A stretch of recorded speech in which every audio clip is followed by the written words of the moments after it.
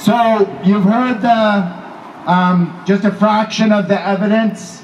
The evidence, as Hannah said, is in the stories of 7 million refugees and their descendants. But you've heard, I think, enough to make up your minds. We're going to now have Marion Kawas come up and read a verdict, and we hope that you'll vote with us along with it, and then we're going to deliver it inside to the minister's staff. Hi all. Actually, there's a few more things I'm going to add before we vote, because although it's true, the heartbreaking stories, which the ones you heard today are just a few, they represent a whole nation of such heartbreaking stories. But there's more to tell you about the Canadian complicity in Palestinian dispossession. If people haven't seen the leaflet for today, there's some people handing them out. There's 3 on the back of it. We've already listed 3 of the more, of just the many charges against Canadian complicity.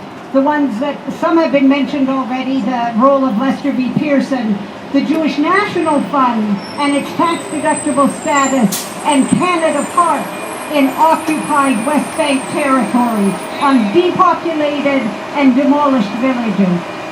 So those are on the back of the leaflet. If people don't have a copy and you're not familiar with all of that, get a copy, and then that's something you can always reference.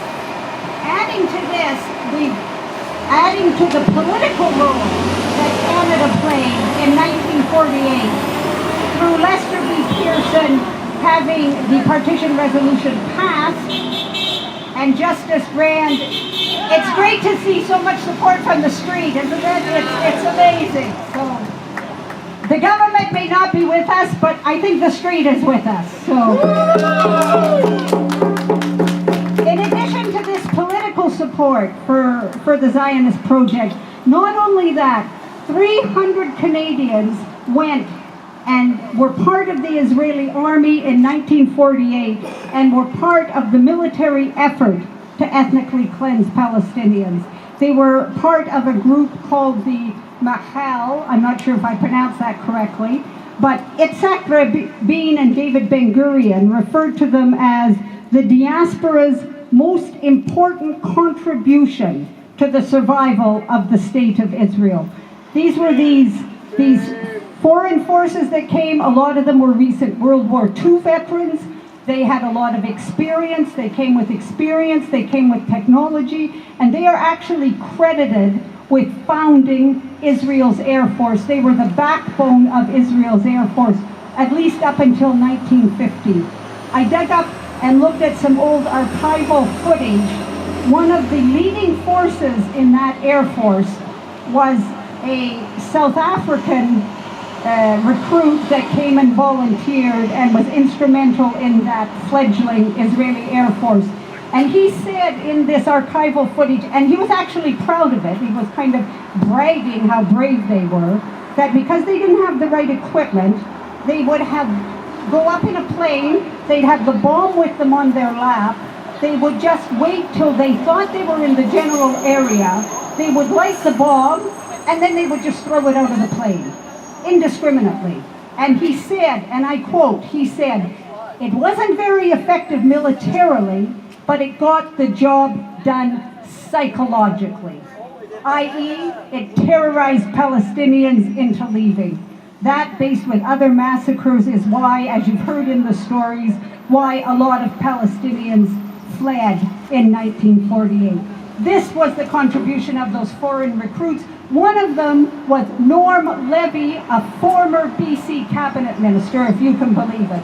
Another one was an Ontario businessman from the family dynasty that formed Tip Top Tailors back in Ontario, Ben Dunkelman. These were the kind of people that went in 1948 and helped to ethnically cleanse Palestinians. Not like Dr. Tariq Loubani, who is over in Gaza today to save lives, not to kill people, to save lives.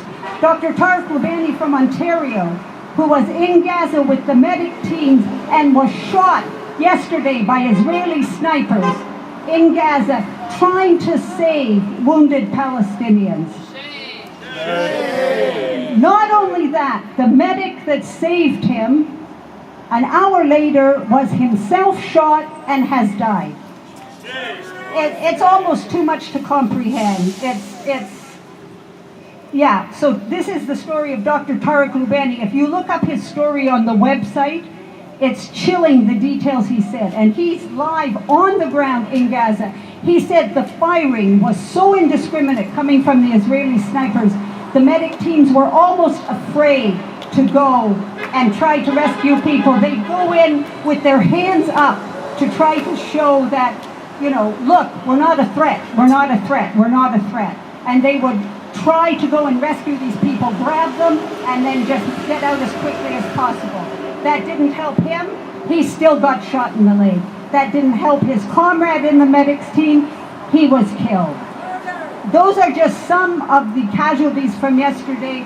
Amongst the dead yesterday is a 15-year-old Palestinian girl who was shot by the snipers on the border, and also a 9-month-old baby girl who died from tear gas inhalation in eastern Gaza.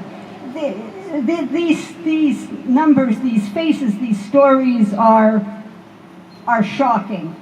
As if that's not enough, we can buy Israel bonds and put them in our RRSP. If you can, and they're tax deductible too, the same way the Jewish National Fund is. The bonds tell you that you're directly supporting Israel, you're making an investment, a direct investment in the state of Israel. An Israel bond is a loan you can make to the state of Israel. So there you go. The Canadian government lets you make a loan to the state of Israel, and then you can claim it in your RRSP and get tax credits from it. What is that if not complicity? What is that for not complicity? One of the speakers mentioned the groups that have been calling for sanctions on Israel. We need more than sanctions. We need a bilateral military embargo. We want no Canadian exports to Israel and no Israeli weapons deals with Canadian companies or the Canadian government, because our Defense Department currently has a deal for radar equipment with Israel Aerospace Industries. That is directly helping the Israeli military as well. All of these are just some examples of what Canada is doing to be complicit. So we say Palestine is not your killing fields. Palestine is not your maiming ground. We hold Canada responsible and complicit in Palestinian dispossession and in violation of Article 1 of the Geneva Convention as well. And we're calling on you, the jury in our people's trial, all those in favor of the verdict of Canada being complicit, say aye. Aye! I think it's a resounding yes. So on that, the plan was for, I think, at least a small delegation of us to go in and present it in the office of the Justice Minister for Justice Minister.